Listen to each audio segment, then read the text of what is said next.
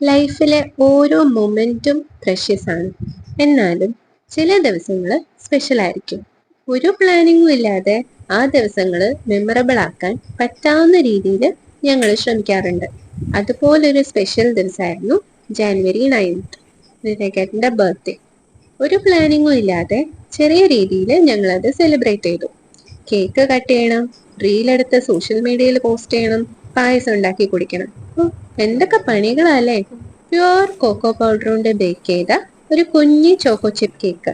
ആള് ചെറുതാണെങ്കിലും അടിപൊളി ടേസ്റ്റ് ആയിരുന്നു കേട്ടോ അതിന്.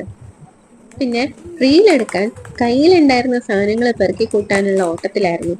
ഫൈനലി കേക്ക്, കാൻഡില്, കഴിഞ്ഞ ബർത്ത്ഡേക്ക് ഗിഫ്റ്റ് ചെയ്ത 2 കപ്പ്, പിന്നെ വീട്ടിലുണ്ടായിരുന്ന ഒരു മണി പ്ലാന്റ്, ഇത്രയും വെച്ച് ചെറിയൊരു സെറ്റപ്പ്.